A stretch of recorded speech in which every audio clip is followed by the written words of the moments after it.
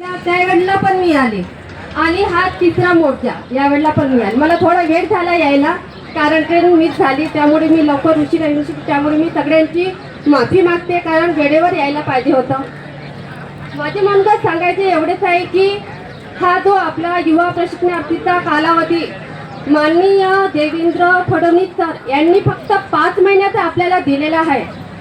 5 महिन्यानंतर काय, हा प्रश्न प्रत्येकाच्या मनात येते, बसलेल्या सगळ्यांच्या मनात येत आहे. एवढंच नाही, जेव्हा 6 महिने आपल्याला पूर्ण व्हायच्या अगोदर 5 महिने कंप्लीट झाले, त्यानंतर आमच्या डिपार्टमेंटमधील अंगणवाडी सेविका भरती करण्यास सुरुवात झाली.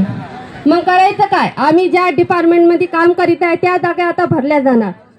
आपल्याला सांगितलं होतं की 4.5च्या मुद्द्यानुसार की तुम्ही ज्या आस्थापनामध्ये काम करीत आहे त्याच ठिकाणी तुम्हाला पुन्हा नियुक्ती दिली जाईल. असं शक्य झालं का? नाही, कारण आता येणाऱ्या 15 तारखेला तिथे यादी लागणार आहे. मग आम्ही पण मॅडमला म्हटलं, आमचे जे CDP मॅडम आहे त्यांना म्हटलं, मॅडम ठीक आहे, आम्ही अंगणवाडी सेविकामध्ये टोटल 12 जणी काम करीत आहे आणि 12 जणी बाहेर गावी, आणि त्यामध्ये अट कुठली आहे की ज्या गावचा रहिवासी असेल तो व्यक्ती त्यामध्ये फॉर्म भरू शकते. मग मॅडमला आम्ही म्हटलं की मॅडम, आम्ही 6 महिने कंटिन्यू या ठिकाणी काम केलं, बाहेर गावून येऊन त्या ठिकाणी लहान मुलांना शिकवणं, आपल्याला प्रशिक्षण दिलं म्हणजे त्यामध्ये सगळ्यांनी शिकवलं का, त्यामध्ये सगळं त्यांच्यासोबत आम्ही राहू, ज्या अंगणवाडीकडे चार्ज होता त्यांनी आम्हाला सगळ्या गोष्टी शिकवल्या. इथपर्यंत आमचं शिकवण चांगलं झालं की आस्थापनाने आम्हाला फर्स्ट टाईम, मी एकटी आहे युवा प्रशिक्षणार्थी, तुम्हाला आस्थापनाने शिफारस पत्र दिलेले आहेत. आणि एवढंच नाही, तिथे जाऊन मी CDP मॅडमच्या ऑफिसमध्ये जाऊन फक्त एकटी भांडणारी एकटी आहे. कोणाला शिफारस पत्र मिळालं नसेल, पण मी माझ्या कामाच्या बेसवरती मला शिफारस पत्र दिलेलं आहे आणि मी सोबत आणलेलं आहे. फक्त मॅडमला मी एवढंच सांगितलं की 6 महिने जरी मी काम करीत असले तरी पुन्हा या जागी फक्त नियुक्ती माझीच होणार, कारण 4.5चा मुद्दा आपल्या JR मध्ये दिलेला आहे आणि तो आपल्या हक्कासाठी आहे. कारण पहिल्याही मोर्चाला मी बघितलं, दुसऱ्याही मोर्चाला बघितलं आणि तिसऱ्या मोर्चाला बघितलं आहे. यवन काही दिवसानंतर मी स्वतः, माझे मिस्टर, आम्ही मंत्रालयामध्ये येऊन जेही काही आमच्या ओळख परिचयाचे आमदार खासदार होते त्यांना स्वतः मी निवेदन दिलेले आहे. राहण्याची सवलती 2-2, 3-3 दिवस आम्ही रेल्वे स्टेशनवर राहिलेलं आहे निवेदन देण्यासाठी. द्यायचे जेव्हा अपॉइंटमेंट घेतात ना, नाही मॅडम तुम्ही या दिवशी या, त्या दिवशी या. पण काय झालं, विधान भवनामध्ये कित्येक जणांना तुम्ही, सगळे आपापल्या आमदारांना तुम्ही निवेदन दिले असेल, पण कित्येक जणांनी आपला मुद्दा त्या ठिकाणी मांडलेला आहे. फार क्वचित आहे, बोटावर मोजले इतके आमदार आहे की त्यांनी आपला मुद्दा मांडलेला आहे. मला तर कधी त्यांची क्लिप अशी दिसली नाही की नाही, आपण ज्यांच्याकडे निवेदन दिले आहे त्यांनी खास करून आपल्या युवा प्रशिक्षणार्थ्याच्या प्रश्नावर त्यांनी विचार विनिमय तिथं मांडलेला आहे. फार कमी लोक आहेत. मला याची फार खंत वाटते की आपल्यासाठी युवा प्रशिक्षणार्थी जे 6 महिन्याचा कालावधी समाप्त झाल्यानंतर प्रश्न पडलेला, तर पुढे काय, कारण बेरोजगारी एवढी वाढलेली आहे की काम भेटणं मुश्किल झालेलं आहे. कारण सगळ्यांना वाटते की आपल्या हाताला काम आपल्याला मिळालेलं पाहिजे.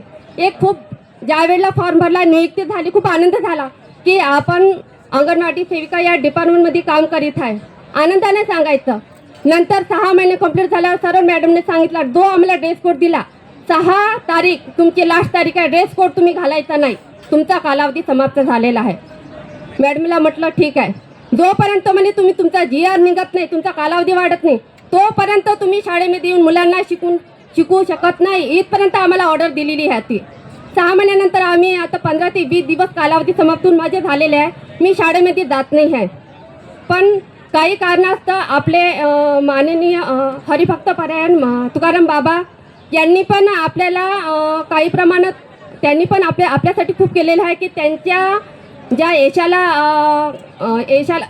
मिळालं आहे, त्यांनी जे कार्य केलेलं आहे, त्यांना जे यश मिळालं आहे तो फक्त कालावधी भेटलेला आहे फक्त आपल्याला 5 महिने. आणि त्याहीमध्ये आपले देवेंद्र फडणवीस सर आपल्याला सांगत आहे की आता तुम्हाला 5 महिने वाढवून दिलेले आहे, यापुढे तुम्ही मला रोजगार मागायला यायचं नाही. मग रोजगार मागायला यायचं नाही तर मग आम्ही जायचं कुठं? कारण विदर्भ म्हटलं की बेरोजगारांची संख्या एवढी वाढलेली आहे की रोजगार मिळत नाही आहे. अल्पमान धनावर आम्ही काम करीत आहे, 6,000, 7,000, 8,000, 10,000, त्यातूनही अर्धा पैसा आमचं जाण्या येण्यामध्ये प्रवासमध्ये गेलेला आहे. ते बिल तर आम्हाला मिळालं नाही. अजून 2-2, 3-3 महिन्याचं मानधन सुद्धा आम्हाला मिळालं नाही. तरी आम्ही खर्चाच्या याच्यातून त्या ठिकाणी जाऊन आमचं पूर्ण वेळ आम्ही त्या ठिकाणी आस्थापनाला दिलेले आहे.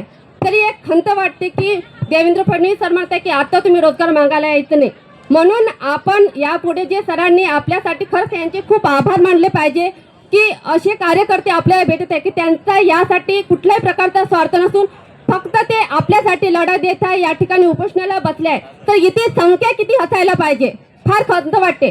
पहिल्या मोर्चाला तेच झालं, दुसऱ्या मोर्चाला तेच झालं आणि आज जो मोर्चा होता या ठिकाणी संख्या फार कमी दिसत. त्यामुळे मला एवढी खंत वाटते की जे लोक आपल्यासाठी संघर्ष करत आहे, लढा देत आहे, तर आपण त्यांना एकूण